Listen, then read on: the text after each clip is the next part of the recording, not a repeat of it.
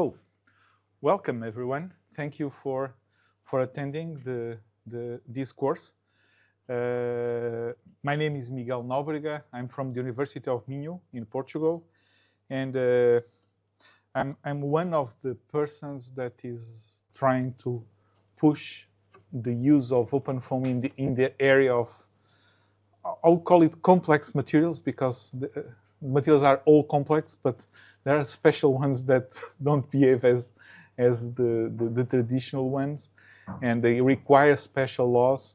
And the area where I work with, I come from the Department of Polymer Engineering and the Institute for Polymer and Composites in Portugal. We work with polymers. We try to support developments and activity and research activities and industrial development associated to polymers. This is the design of profile extrusion dies is an area I've been working for many years. I don't tell you how many, so you guess my age easily. But I started working for my PhD. My PhD was development of techniques to better design profile extrusion dies. I'll share some of the results I have about profile extrusion dies. And this course is an update of a course I gave 2 years ago in Cambridge, and I provided some tools. And since then, we developed additional tools, we developed additional knowledge, and the purpose is to share what we have and the tools we have with you. And this work is a joint cooperation of 2 other persons that are in the group, João Vidal and Bruno Ramoa, that supported also the development of the tools I will share with you. I will try to make, please let's have a session as informal as possible. If you have questions, please interrupt me, ask to be sure you can follow all the details. I have all the tools, all the codes, the cases I will show, because it will be a hands-on course, but hands-on mainly on my side. I will illustrate how we do it, but all the tools, all the codes will be made available in a repository. So we'll have access to everything. And if you face any difficulties, how to use or any issues, please let me know so we can correct the tools. Okay? So interrupt me whenever you believe it's important. These tools were mainly developed in the framework of a project we had for 2 years. It ended middle of 2023. And the purpose of that project was to show how relevant high-performance computing could be to different fields. In this case, in our case, was profile extrusion die design. In the last workshop, we presented the HPC tools we developed during that course. And here I will show you the other tools, the tools calculation, how we support calculation, the techniques we use to design dies. In that HPC course, it was not, in the course last year, we didn't cover a lot topics related to profile extrusion dies. So, is everyone familiar with the profile extrusion dies processing tools? Who knows about the process? No? Okay, funny. Okay, then I'll try to explain. I thought you were somehow related to the process. But this is a typical profile extrusion line. So we have the extruder where the polymer pellets are inserted, and then they are melted. And at the end of the extruder, somewhere over here, we have a homogeneous polymer melt, which can be shaped. Then there is this tool, the extrusion die. The extrusion die is the tool that shapes the material to its final form. Not as final because then we have to cool it. And the cooling takes place in another tool. It's called the calibrator or cooling system. Usually it's very long. You see the size of the extrusion die is this small. Then we have a long cooling line because materials, the plastic materials have a very low thermal conductivity and it takes a lot of time to remove the heat. And since it's a continuous process, time is transformed into length. Usually we want to manufacture the tools, the typical velocities for extrusion are between 2 and 5 meters per minute. So they are advancing quite fast. And we want to cool the material until it reaches the solidified state and we can handle it. What we'll cover in this course is the design of the extrusion die. Okay? And I will show you which is the problem we have to solve to design profile extrusion dies and the tools we have for it. First of all, the problem. The main issue we have to solve is flow balance. When we have any profile, any typical profile, like this one, you can see in the slides, it comprises different thicknesses. Since it comprises different thicknesses, the flow is naturally unbalanced. So the material tends to concentrate in thicker sections. And then we are not able to manufacture. You see in this top tool, we have an unbalanced profile. And so it means you see that this thicker section has has a higher average velocity, and it's not possible to manufacture the profile this way.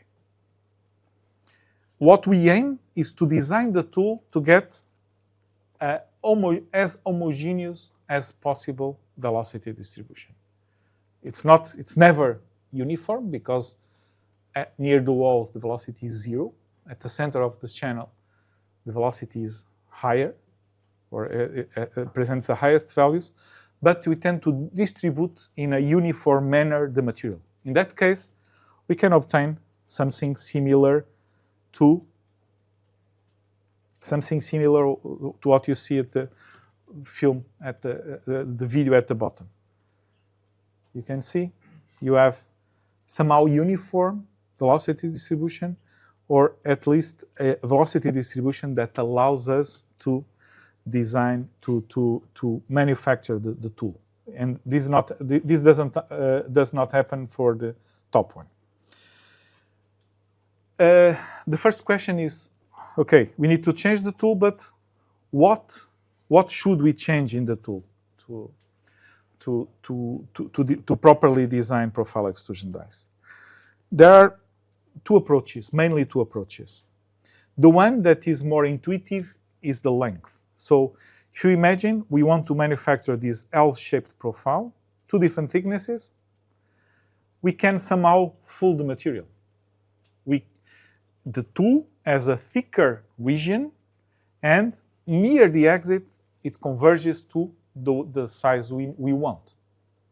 That means the material is flowing happily through the thicker region, and then right before the exit, we make the convergence, and the material doesn't have the time to leave that thinner section. This is, based on my knowledge, the major strategy used in industry.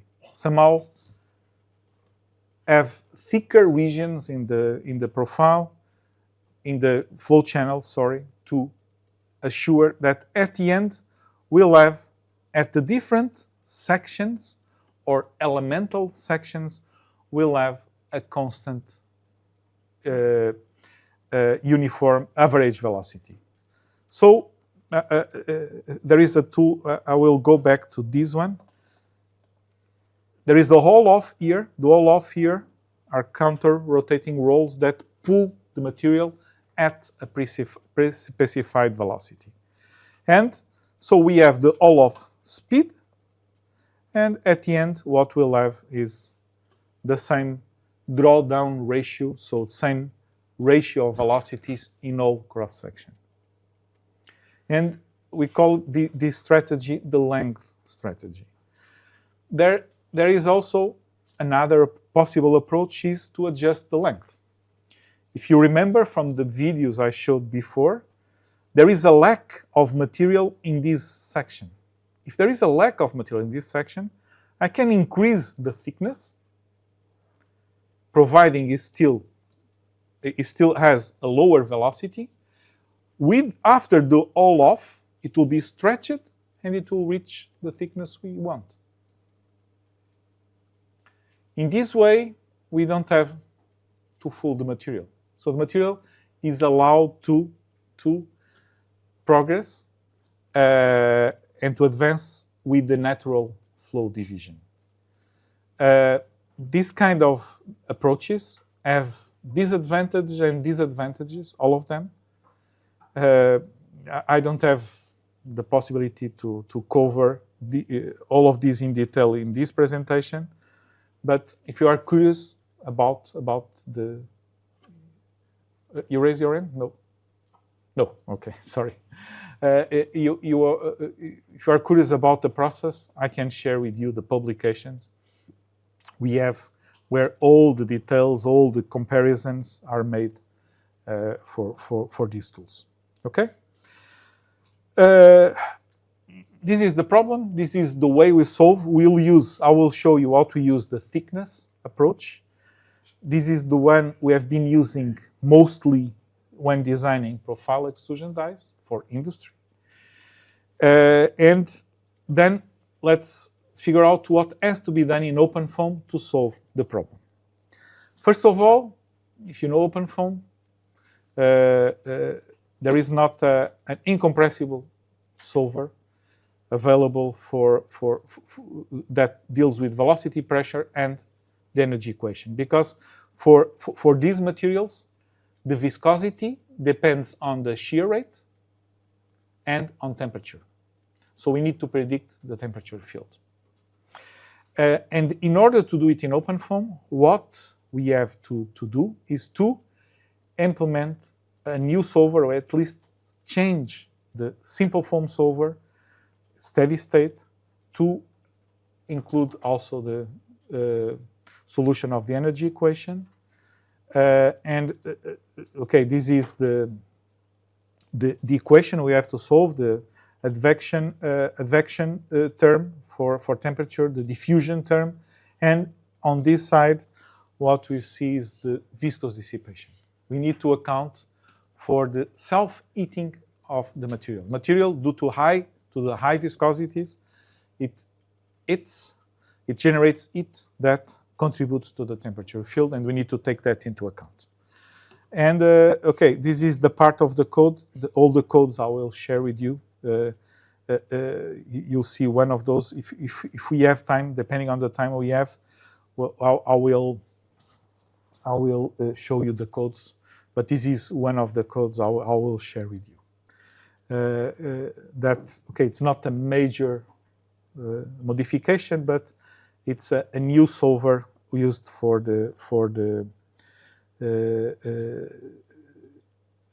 designing for modeling the melt of the flow of polymer melts. Okay. And that solver is called the HPC for profile extrusion foam. We call it because this was the name of the project, so we name it HPC for PE foam. And okay, we have here just an additional detail regarding the viscosity model we use. So the viscosity depends on the shear rate and depends on the temperature as well. So and within the process of the calculation, so we have the simple method, where we compute pressure and velocity fields. Then we solve the energy equation to compute the temperature field. Then we update viscosity and check for convergence and do the cycle until convergence is reached. In a few slides, I'll show you what we are doing. It's not exactly like this for designing profile for the specific problem of designing profile extrusion dies.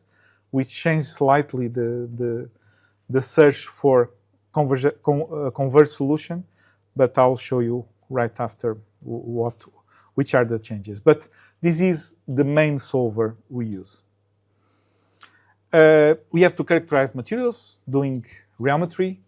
And okay, this is again something that will not be covered here in detail, but mainly we do material characterization at different temperatures in order to fit the model. In this case, what we fit is the model I showed you before, the bird Carreau plus Arrhenius bird Carreau. So it allows to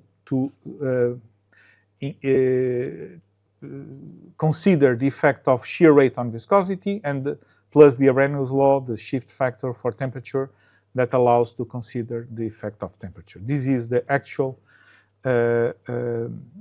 equation that we programmed to compute the viscosity.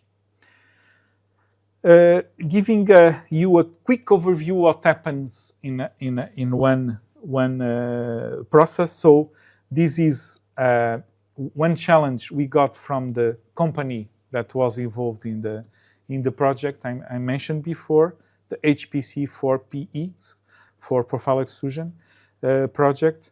But this project was given to us many years ago, and they were facing an issue to design extrusion die to manufacture this profile. It looks quite simple, but it's not. It's not because there is 1.5 millimeters here and 0.75 millimeters here.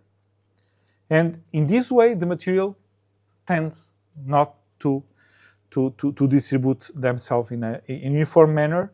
And in fact, using just the experimental trial and error approach that is often used in industry, they didn't manage to design properly this extrusion die. They didn't manage to manufacture it. So what has to be done? First, I didn't mention, but due to symmetry, we are considering just half of the profile here. But we are modeling just half of the profile, and this is what you'll see in the tool. The first thing we have to do is to divide the cross-section into what we call elemental sections and intersection sections. Okay? So the profile has a number of regions where we'll control the flow distribution. So in each of these regions, we'll compute the flow rate, the target flow rate we'd like to have, and using this expression, we want to quantify the performance of the tool. So for each of the elemental sections, we compute this value. And you see here, we have a certain distribution. If the objective function reaches 0, that's the perfect value of each of the elemental sections. Okay?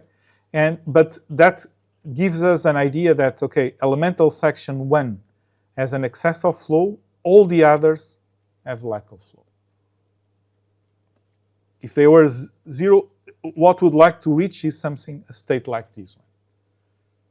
And we do it by changing either the profile or the flow channel upstream. Then we can compute the total objective function, that is a weight average of the absolute value of the different objective functions in this, for the profile, for all the elemental sections and intersection sections. And this is the way we use to quantify the performance of the tool that, for instance, was used in the procedure we presented last year to automatically optimize the design of the tool. Okay? So the purpose is to then change the profile, and that's what we did here. In this case, we changed the upstream section of the profile and were able to reach from this point. This was the best solution the company could get. They didn't manage to solve the problem, and you can see that the flow was quite unbalanced. This was the best solution we got when we start working with them. And we designed the tool.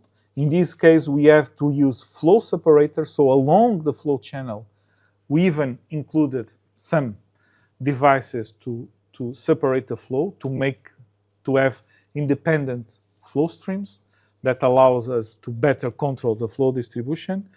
And this allowed us to really design the tool, and this is also documented in one of the papers.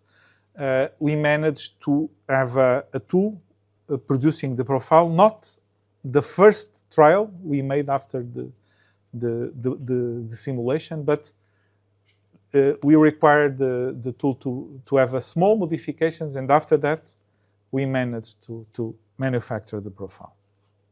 Okay? The detail I mentioned that I will tell you about is this one. Usually, when you solve problems with OpenFOAM, you look for convergence with residuals. Okay? As I told you, when we are trying to run a simulation, we are looking to get the objective function of that simulation. And after some tests, we figure out that it would be much better to control the convergence with the objective function than with the residuals of the calculation. It would allow us to save a huge amount of time. And you can see from this graph, it's a logarithmic scale, that after a certain point, the residuals, in fact, did not converge yet for the regular tolerances we consider, but the objective function has already stabilized. So what we decided to do, and this was a game changer on the automatic optimization, was to control the convergence with the objective function, not with the residuals. We are monitoring residuals, but we are able to reach convergence and stop the calculation here and then move to the next solution without the waiting for residuals to converge. And with that, we managed to do the runs in 1/3 of the original ones. Okay. So this was the theory part of the course. Now I'll show you exactly what we do to design extrusion dies, the tools we use, and how we use them. I will not be able to cover everything in all the detail, but I will give you as much details as possible. Feel free to ask any questions. But you'll get all the codes and all the information. Okay? So, I'm using Windows Subsystem Linux to run OpenFOAM, Ubuntu 22.04, and I'm in this case for this. Okay, the noise will be annoying if.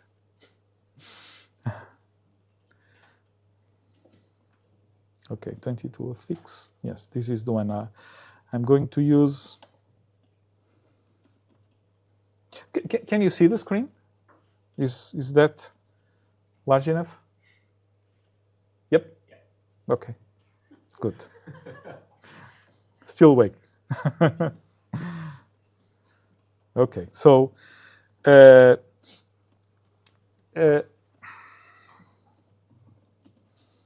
Okay, let's first take a look to what we have here in terms of code. So, okay, this is the backup. I just made a backup, but we have the case. The case will run afterwards, the codes, and the geometry. Okay? I will start the demo by the geometry, then we'll cover the codes. The codes, what we have in the codes. So we have the objective function, the tool to compute the objective function that also controls the convergence. The simulation code is HPC4PE foam. It's the one that solves, it's the modification of the simple foam solver to account for, to consider also to solve also the energy conservation equation and the viscosity law. So we have everything is here, and you'll get access to all of them, to all of these codes. If we have time at the end of the presentation, I will go through these some of these codes. And then we have a case study. I'll explain the case study in detail, and here the geometry of the tool. To design the tool, you can use any software. We have been using FreeCAD to design, to draw the tools, and I will try to show you how we use FreeCAD, and show you that it comprises all the details we need, all the information, all the features we need to design profile extrusion dies. So,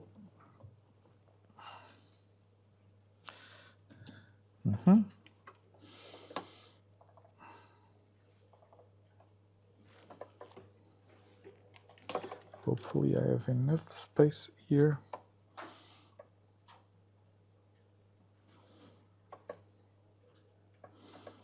So this is the example I'll show to you. This is a typical example we use in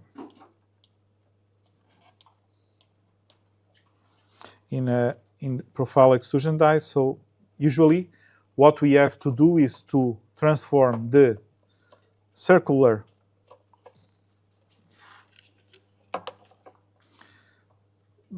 cross section of the extruder outlet into a section that is close to the profile. Okay? I will hide this one, and I will create a new one just to show you how we do, how we create, and I will cover as much as possible of the geometry design. This is one of the difficulties that in the case of if you use FreeCAD, it's not a huge problem. I will try to show you how. So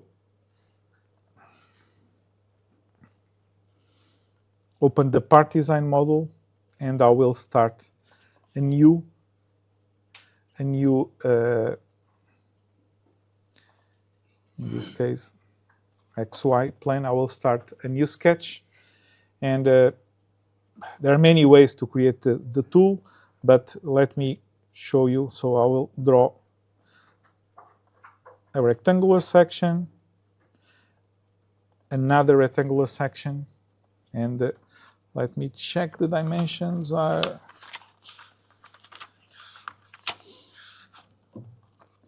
not here. I should have them somewhere. They are here. Okay, so first of all, I'll trim the tips. Okay, they are here. I'll delete, and then this one I'll trim. Trim.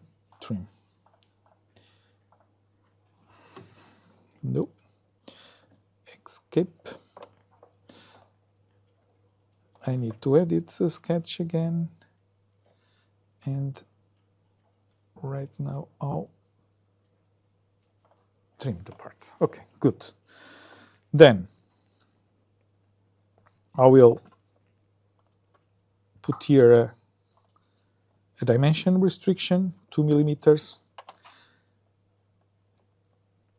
I will, okay, then I will select this point and this point. I will induce here an horizontal restriction.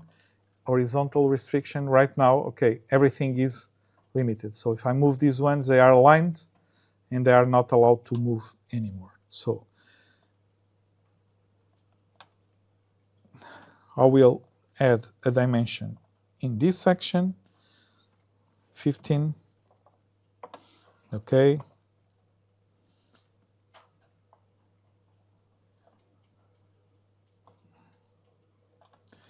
I need to reduce this one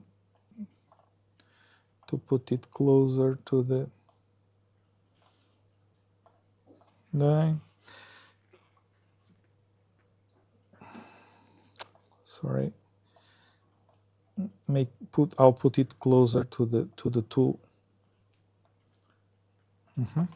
Okay. Then this dimension will be 1.5 and this one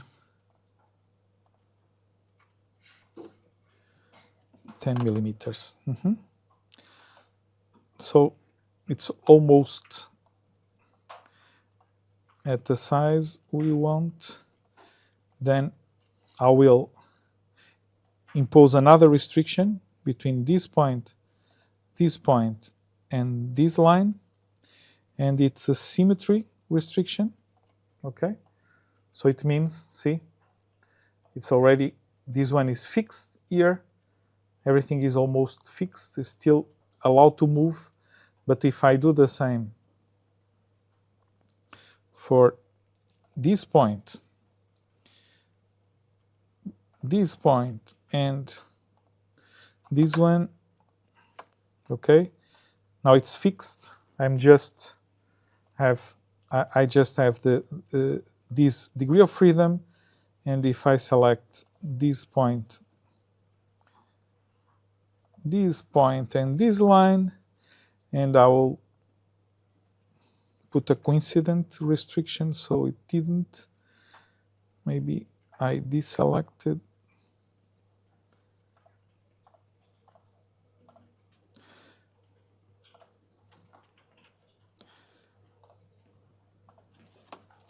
Something is wrong, so I try to apply it twice and it didn't. Sometimes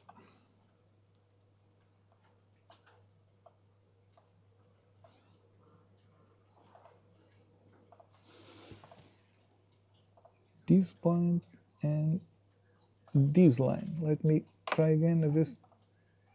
Okay, doesn't really matter. I don't know why it's not allowing me to. Oh, something is wrong with the model. I forgot to delete. Oh, okay. It just required an update, it looks like.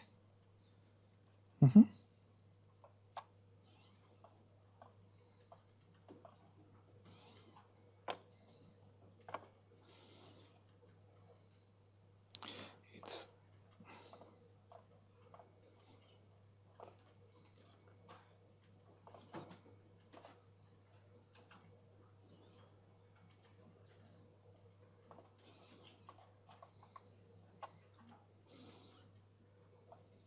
okay.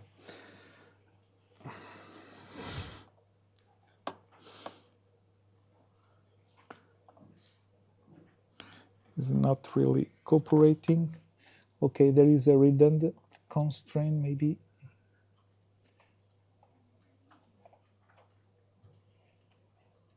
Try to delete some constraints.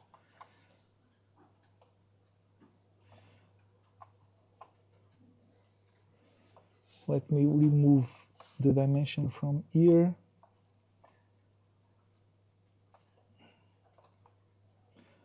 Dimension from here, and it seems everything seems Okay.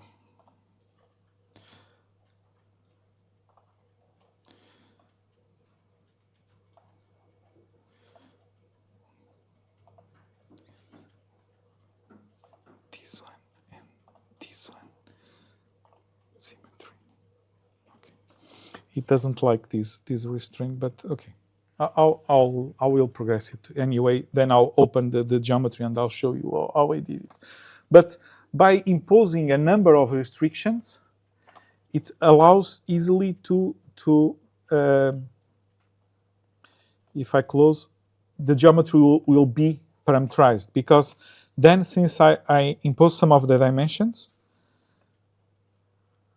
I can go here. There is a number of constraints of the dimensions I imposed. For instance, this one has 2 millimeters. I can change it to 4 millimeters and see the geometry changes immediately. So these dimensions allow us to easily parameterize the geometry, and then we can change it automatically. And I'll show you that we can do that.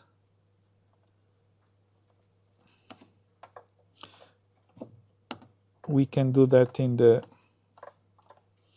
okay. What I did, I can show you the sketch, the original sketch I used for this one, see? This one I added a few additional restrictions, but nothing special. Dimensions, sizes, so all the same information is somewhere over here. What have I done additionally? I created, okay, let me,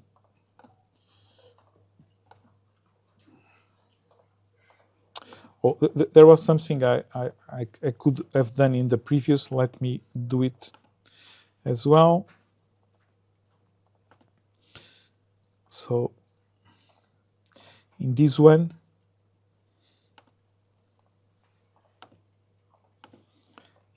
I can extrude the section in this case, and I can extrude up to a certain size. And then see, what I have here is what we call the parallel zone of the die. Again, I can change constraints. I can go back to 2 millimeters, and I have the geometry drawn that way. Okay? So, due to the interest of time, I will not go on designing this one. I will show you how I do the remaining. So we were somehow into this part.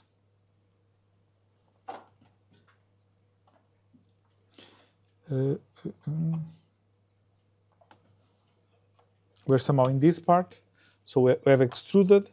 What I've done afterwards, I created a plane, and in that plane I draw a circle. And then the operation I used was this additive loft, where we asking to connect the circular region with the T profile. And this is what we get. Then the last operation was an additional extrusion. So I hide the plane. An additional operation is the extrusion to get the profile, the flow channel. And this is mainly the operations we need to build the profile.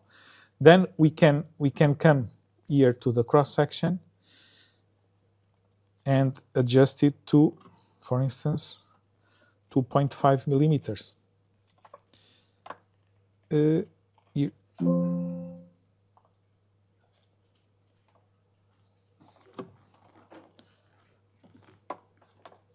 millimeters.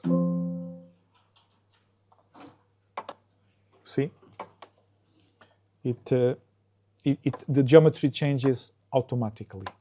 Okay. Then you are aware of for sure of OpenFOAM, and we have to create the patches, the different patches. Divide the surface of the domain, the outer surface of the domain, into different surfaces. And in order to do it, the tool I use here is I create these slices. The operation is this one. It's called it's a shape binder. So I'll join the different shape binders. Okay, the different shape binders into different parts. I will, because currently I must have made a mistake. I will close the model. I will open it again, because then we'll be able to operate easily.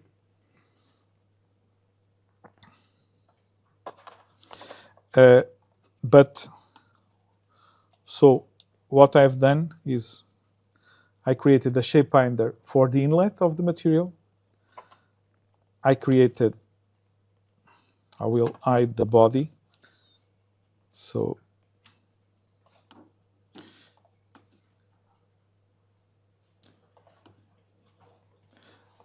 one shape binder, elemental section. Oh, I will, there is something I didn't tell you yet, but for the inlet, we select the face and we create a shape binder for that face.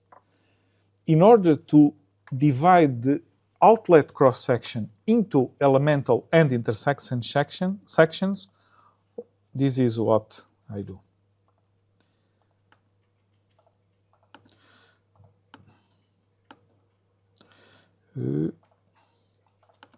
Hide this one and show this one. So I draw in this plane a sketch, this sketch.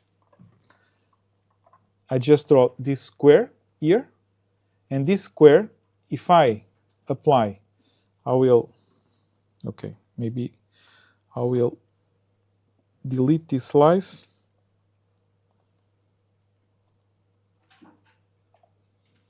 I have the body and the sketch, and if I go to the parts,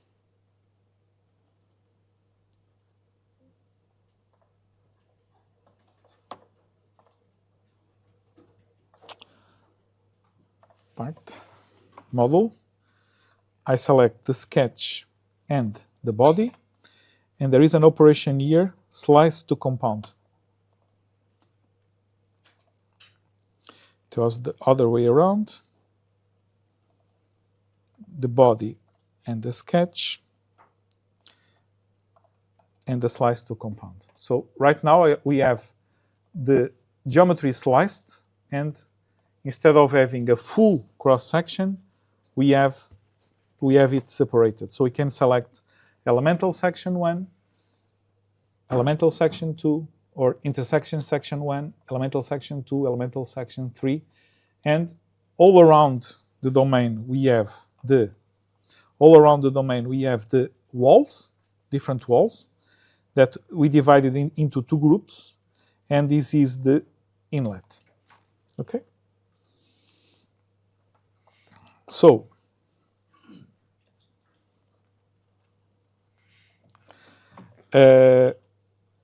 what we do afterwards, I will show you how to create, okay, part design. We create, in this case, a new shape binder that we select the object. And if we go to the model, there is a new shape binder here. This one is the one that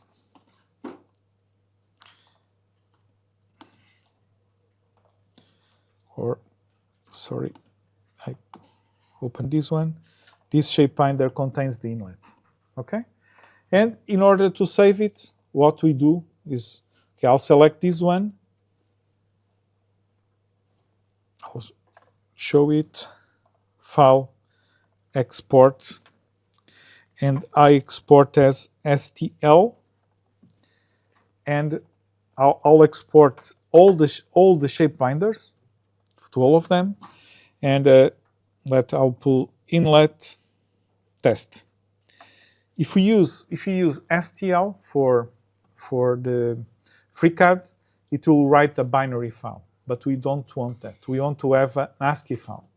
In order to save it as an ASCII file, you just change the extension of the file to AST. It will be an STL, but ASCII STL.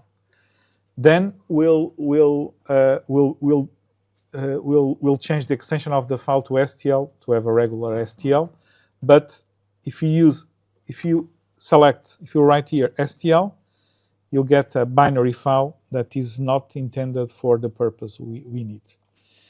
You can see in the folder that we have already different STLs. So the STL for the different regions, and I will open, for instance,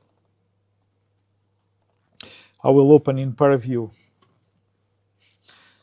elemental section 1. I will then open in ParaView the remaining 2, 3 in wall.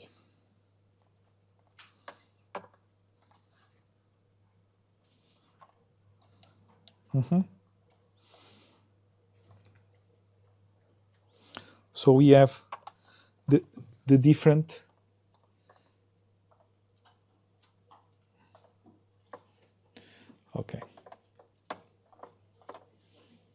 the different sections.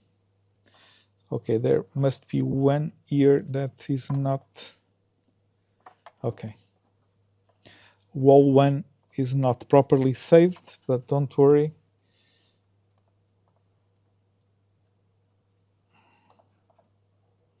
Wall 1 is not properly saved, but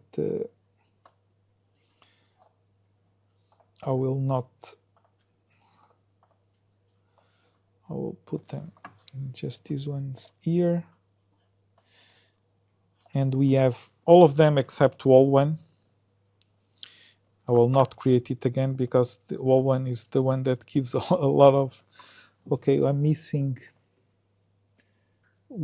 ES2, I have it already, ES3, and I'm missing the intersection section, this one.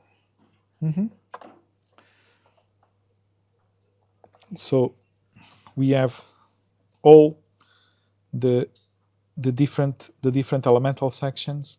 We can show them and hide them. Okay. But you can see that we have the different elemental sections. So we have separated STL files. We don't want that we want to have one STL file for all one STL file to generate the mesh. And in that case, what we have here is a script that what it does, it mainly joins the different STL files, providing they are listed here in this script. So we have wall 1, wall 2, and so on, the different ones. In this file, we have listed the STLs files we want to join, and then there is this script, the Unix script, that at the end also generates an FMES file that is better for the software we use to generate the meshes, that is CFMesh. So if I go to the geometry TDI, I will run the unique STL file, and we have right now what we have in the folder. We have a total STL and the total FMS. I will open the STL in ParaView, and you'll see that this is what we have. So we have right now an STL that comprises different patches, all the different patches. One doubt you might have is why have we divided the wall? Because in this region, we'll apply a wall boundary condition to all the parts. Why have you divided the wall like this? It's because at least based on my experience, to assure that CF mesh respects these edges, keep these edges sharp. One good way to do it is to have different in different STL. So at the end we have one wall 01 and one wall 02, but they are both walls, and they correspond to the surface that is splitted into two. So then, so we have that, so we can generate a mesh. To generate a mesh, okay, I just copy the total FMES to the case file, that it's here, and then we can run CF mesh. For the CF mesh, you know that we need the mesh tick dictionary, and in this case, what we have, the only thing we have is the max cell size. We're imposing a max cell size of 0.25. In many cases, we need to control the local mesh refinement. We can do it. I will not show in this tutorial how to do that, but this is an additional exploration of CF mesh. But we have all the information we need to generate a mesh.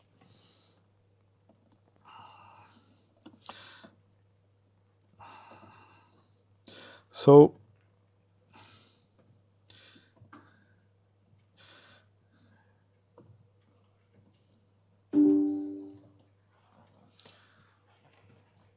if we do it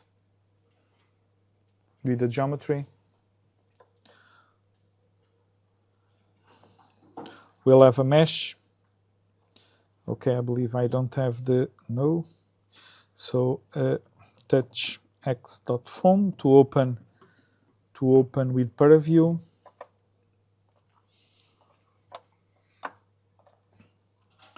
Case x.foam, and you'll see that we'll have now a mesh file. Okay, it's not very detailed, but okay, with a in general uniform mesh size, this is what we impose, and this allows us to run the case, and we have all the patches. Okay, everything is here. We have all the patches, inlet. So the problem is separated into different patches. So the geometry is here, so we are able to solve the problem. First of all, I'll show you the case running. I still have time to go through the codes, and then I will go through the codes. I provided the all run scripts, all run pre that, okay, using VS Code again. What it does, generates the mesh, and since the mesh, the geometry was created with millimeters, then we have the transform points to scale the mesh to meters, to have meter, the dimension of meters in the mesh file. And then the run code, what it does, it just runs the application. And if we go to control dict, you see that the application is HPC for PE foam, is the solver I mentioned before. Okay. Let me run the case then. So I generated already the mesh, so I can use the all run code. And if we go to the codes, I will show you some of the configurations we have. But first of all, to show you just the log file, and the log file is a basic simple form solver, and what we have here is the control of the convergence with the objective function. In this case, up to based on the configuration, I'll show you what I have done, is running at least 10 iterations, and then it starts controlling the convergence. Okay, and we have the residuals for different velocity components, for pressure equation or for the mass conservation equation, for energy equation, and you're going to see that currently it's computing the objective function, and it's expecting to reach a certain threshold, and then what we force is that we force it to be at least a number of iterations below a certain threshold, and then we'll get convergence. Okay? I will interrupt the calculation, and we'll go back to the calculation after. So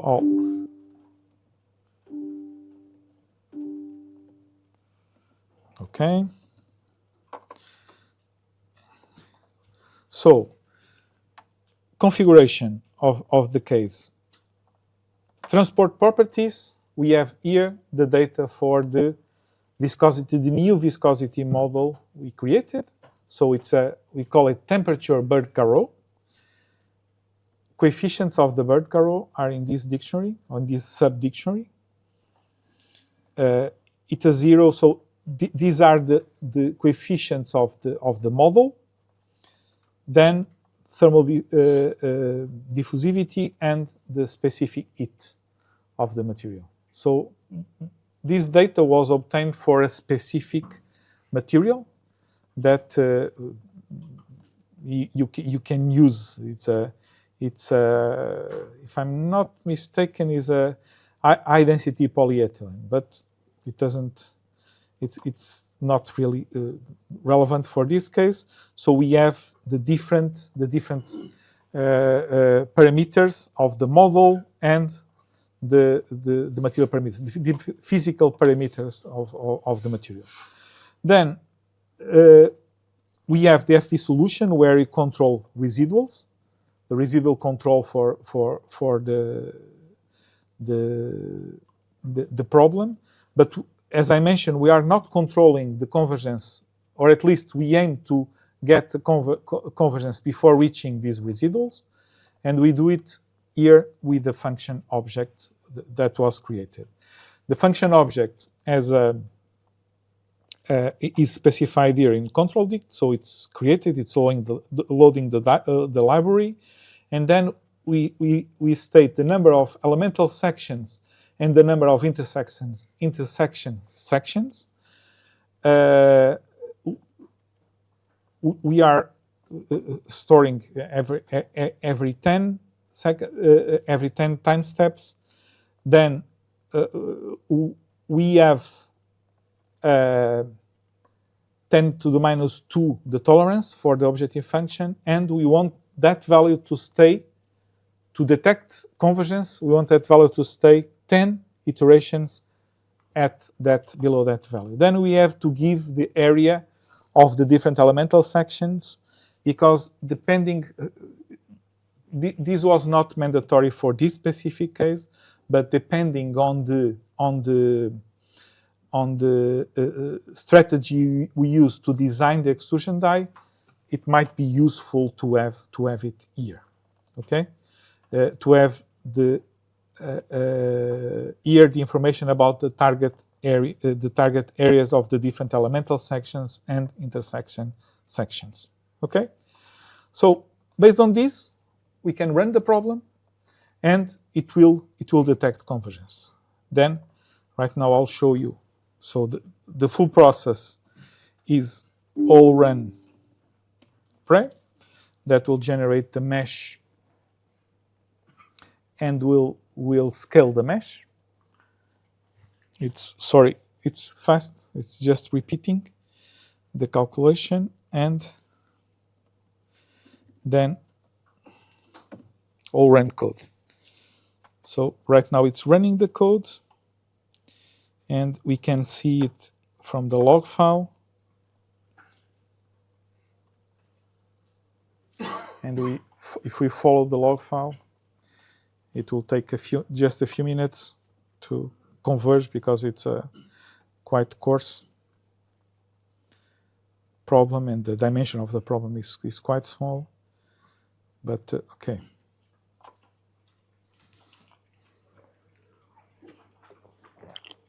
If you take a look to the course we organized last year in Genoa, where we show the HPC tools using this configuration, this setup, and controlling the convergence with the objective function, we managed to solve in automatic optimization procedures. We managed to solve the problem optimize extrusion die in the framework of 1 day, and to optimize it using the approaches we used, where we need to run about 400, 500 cases. We took advantage of running in HPC and this controlling convergence by the objective function, and were able to run hundreds of cases in the framework of 1 day. And it's run realistic cases. And if I'm not mistaken, we're using at the same time 500 cores, 536 cores. So it's progressing. It's waiting until it reaches the threshold. So 10 to the minus 2.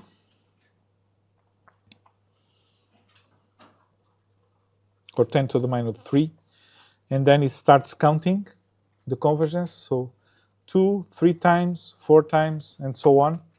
And when it converges, it stops the calculation.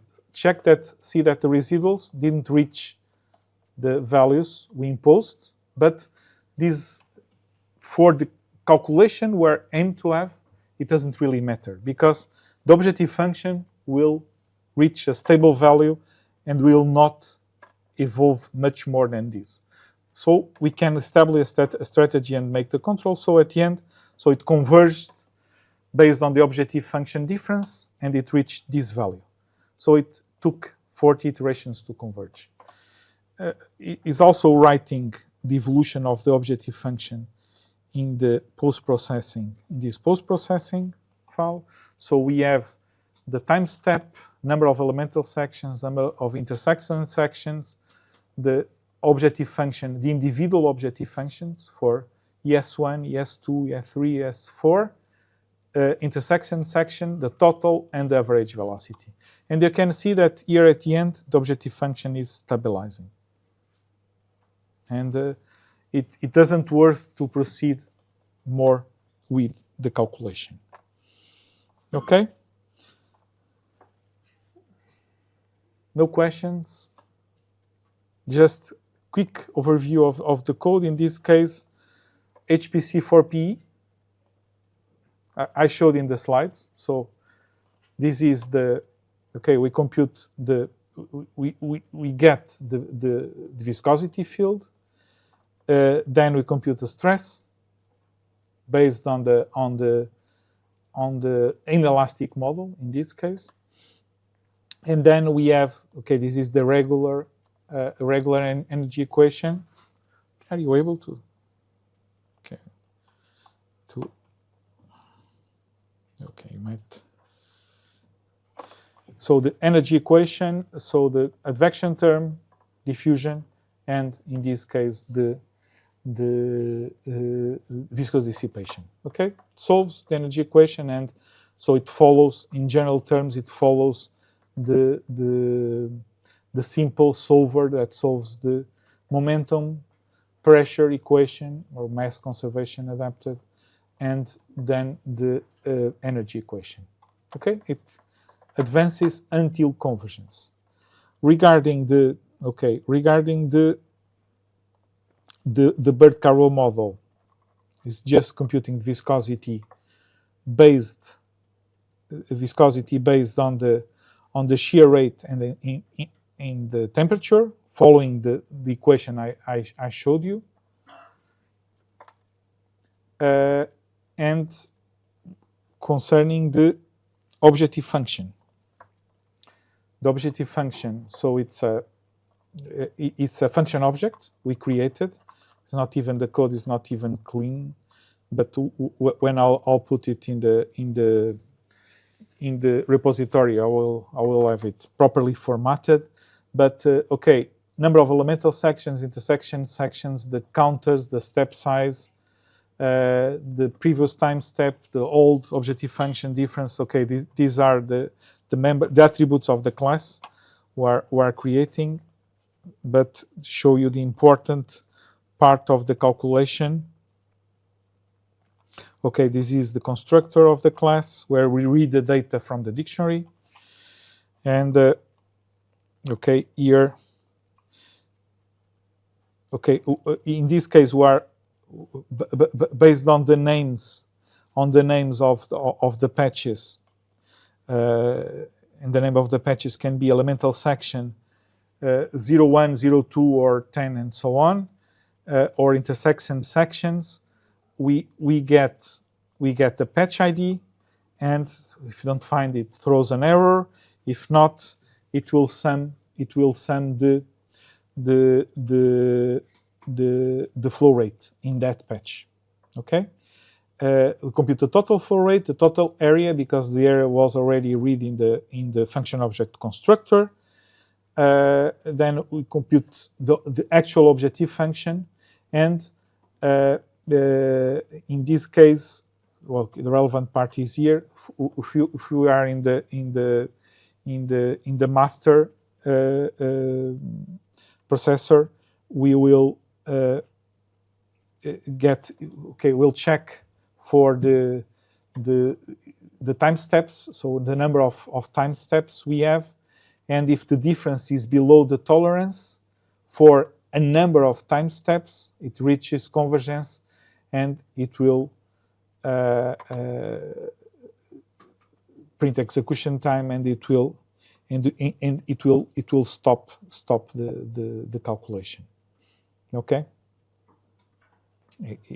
By this time, so runtime or right end, so to write the last time step and finish the calculation. And this is mainly what I have to show you here. I believe we still have 1 or 2 minutes. Don't know, any questions? I